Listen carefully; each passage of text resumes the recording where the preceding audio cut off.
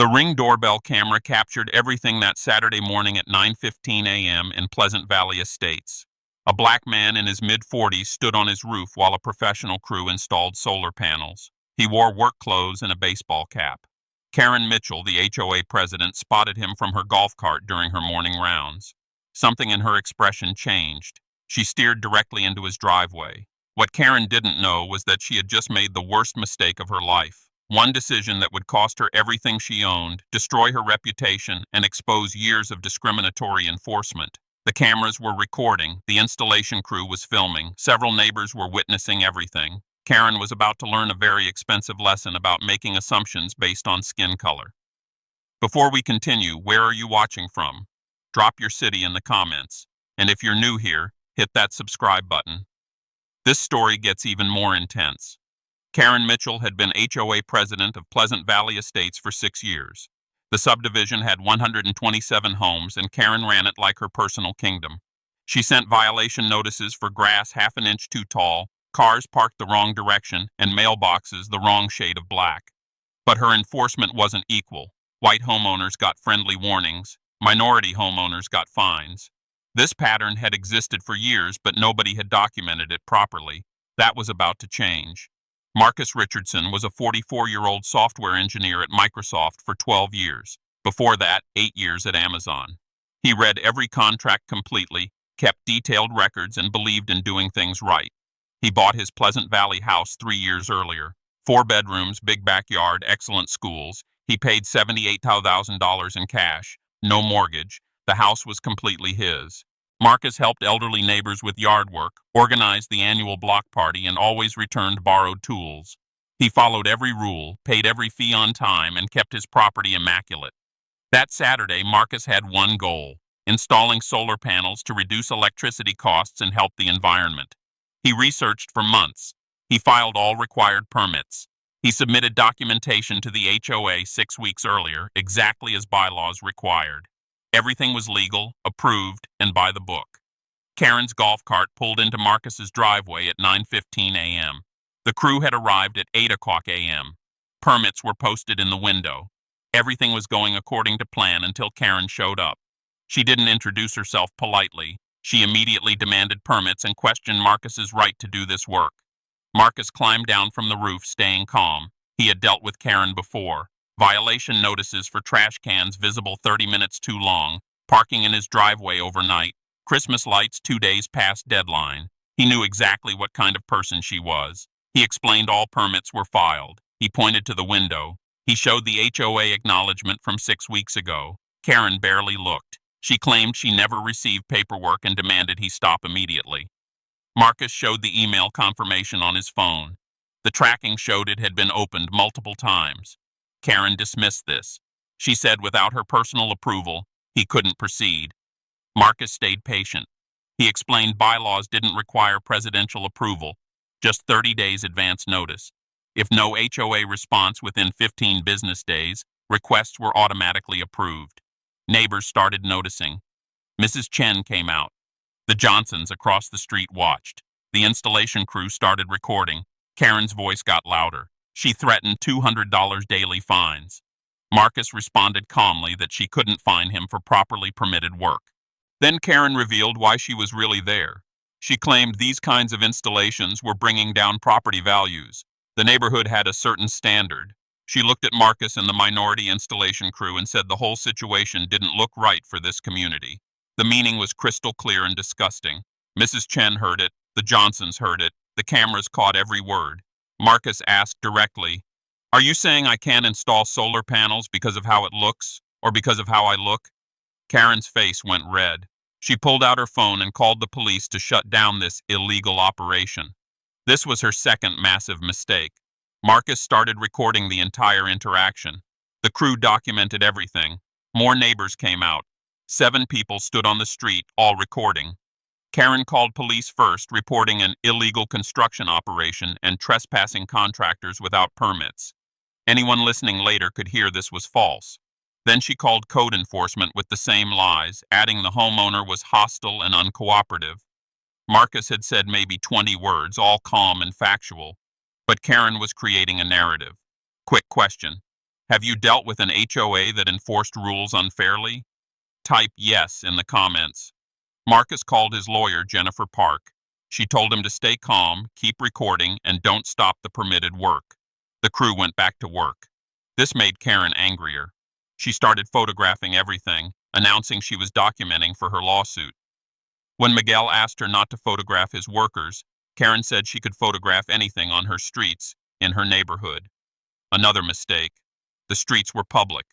The neighborhood wasn't hers. 2 officers arrived within 15 minutes. Karen rushed to their car, talking fast and loud, insisting the crew needed removal. Officer Park asked for permits. Marcus handed him everything, all in order, all legal. Officer Rodriguez checked the posted permits. She photographed them and confirmed everything was proper. Officer Park asked Karen if any HOA rule prohibited solar panels. Karen mentioned aesthetic standards. He asked to see that in writing. Karen didn't have the bylaws.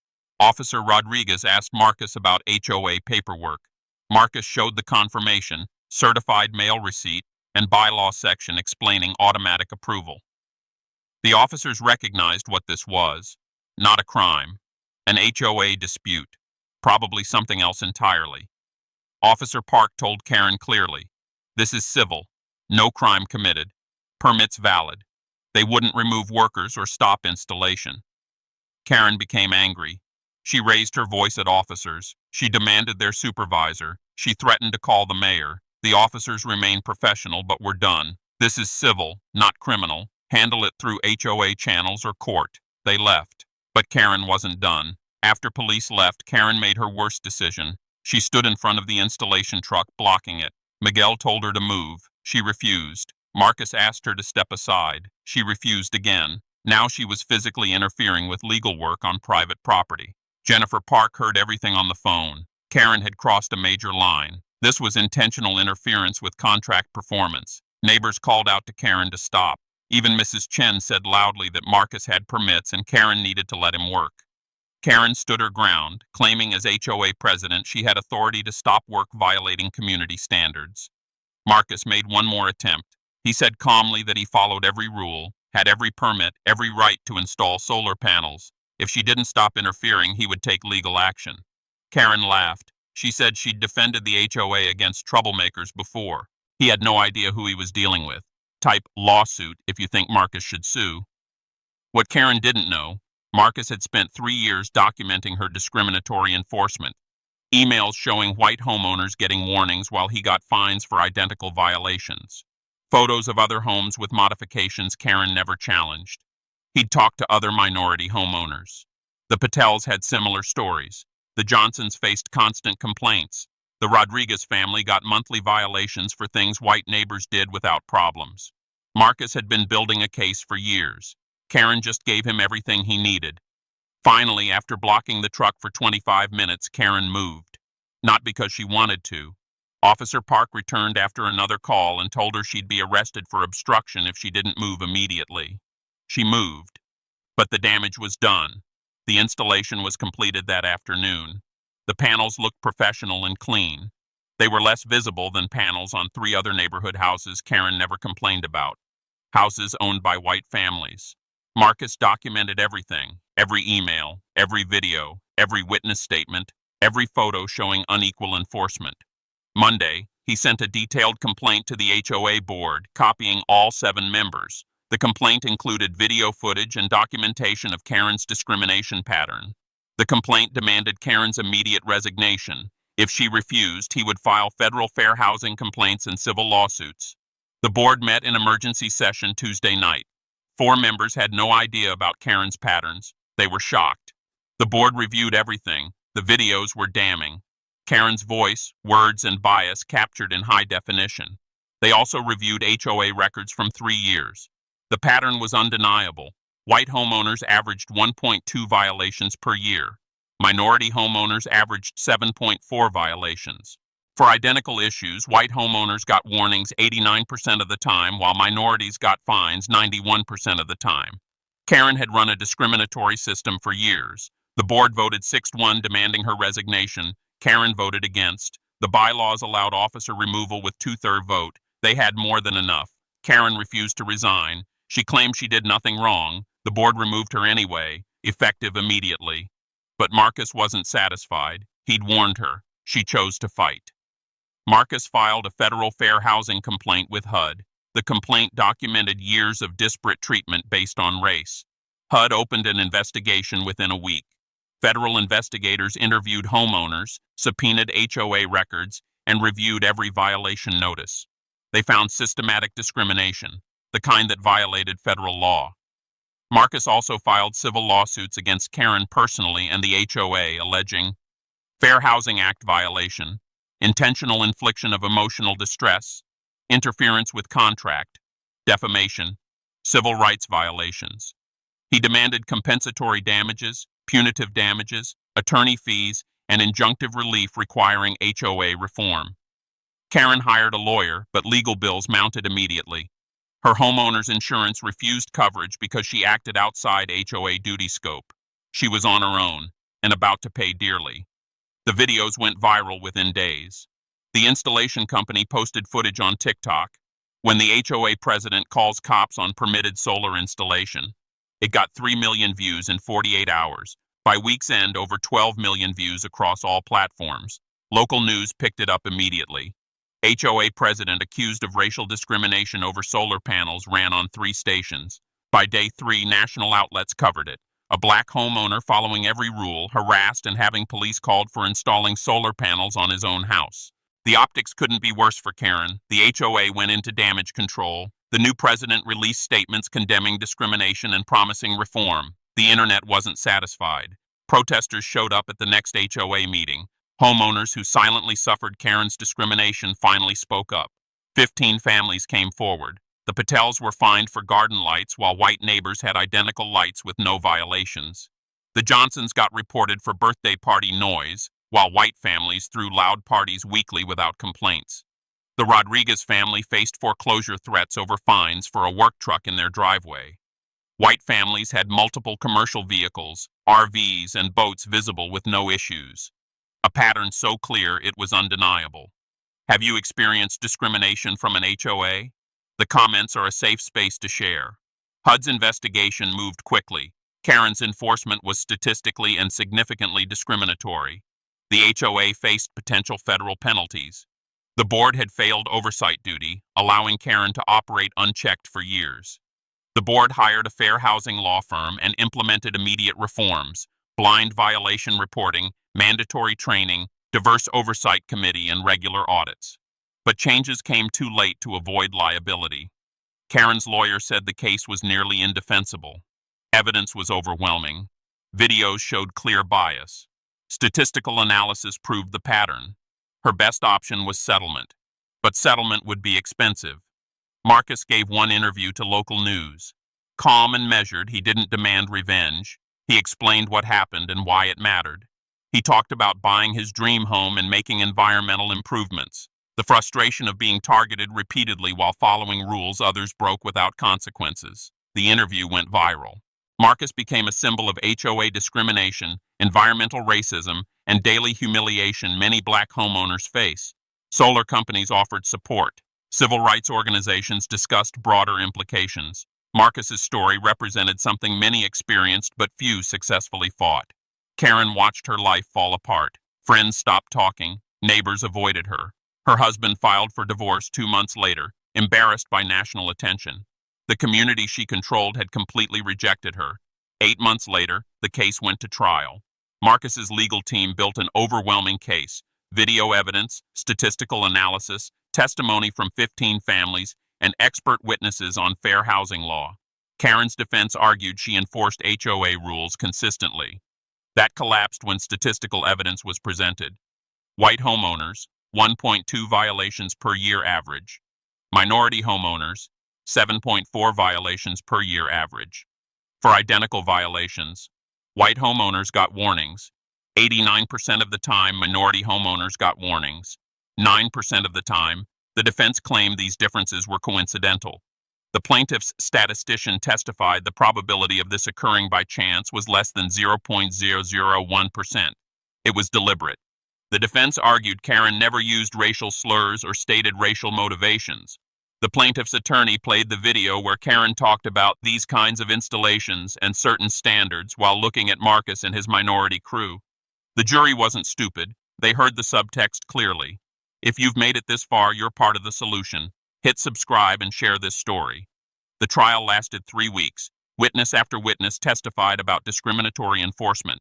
The HOA's own records were the prosecution's best evidence. The pattern was undeniable. Karen took the stand. It went poorly. Under cross-examination, she became defensive and angry.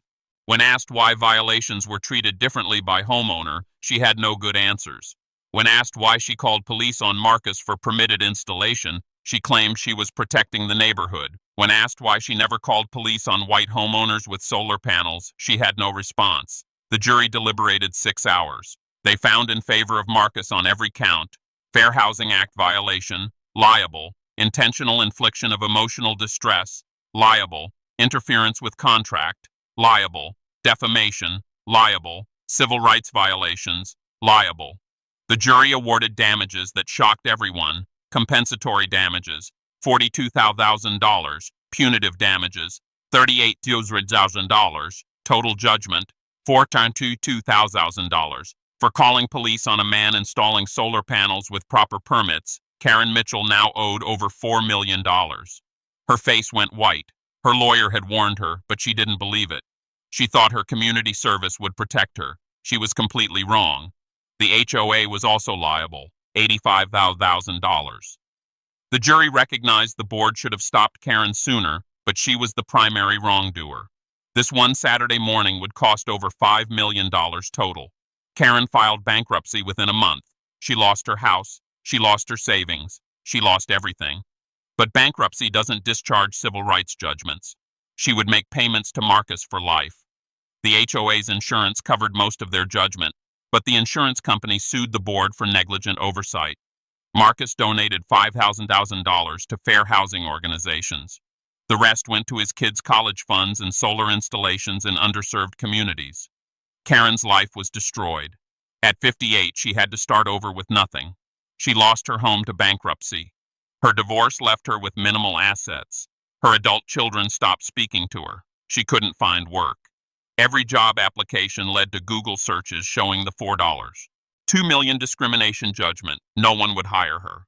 She moved to a small apartment 3 towns away, but the internet never forgets. Her name was permanently associated with HOA racism.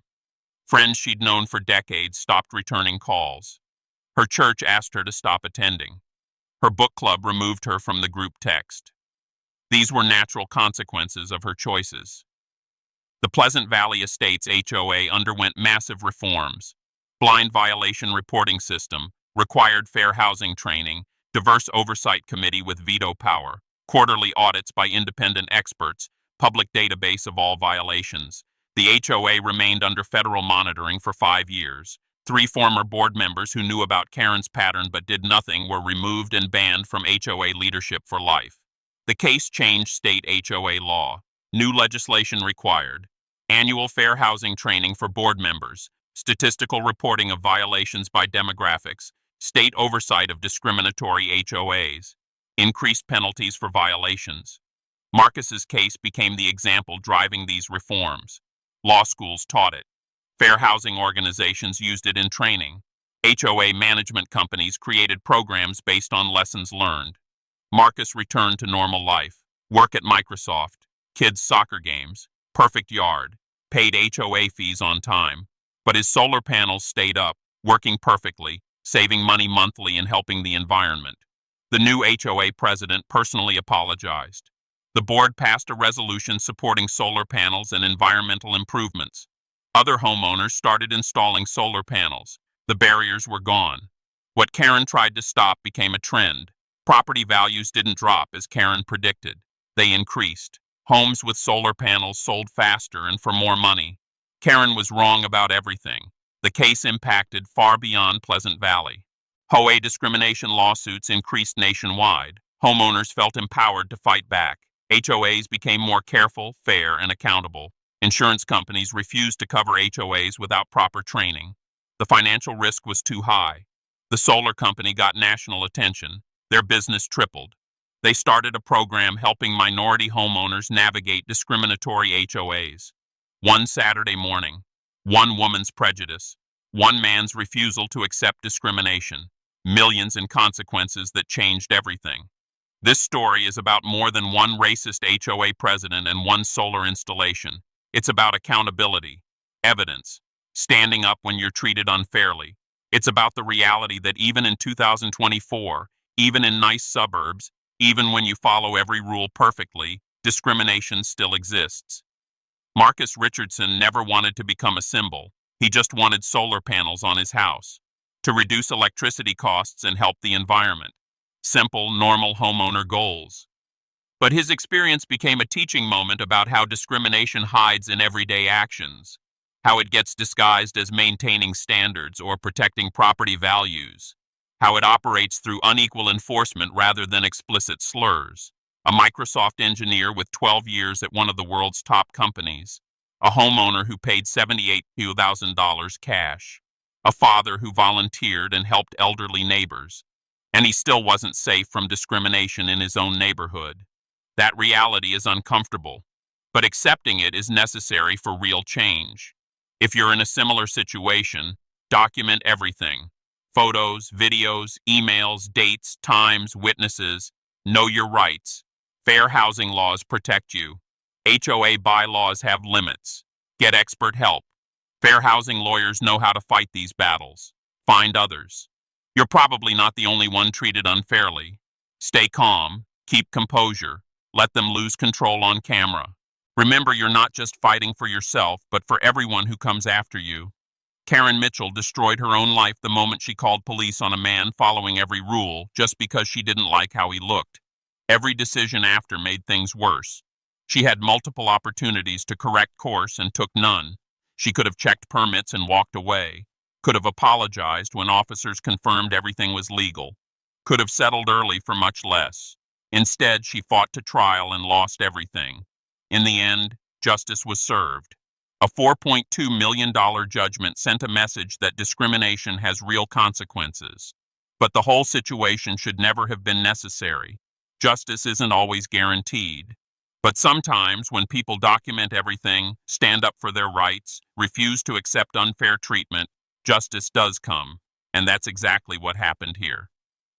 Thank you for watching until the end. If you found this story important, make sure you're subscribed and hit that notification bell. What do you think about the $4.2 million judgment?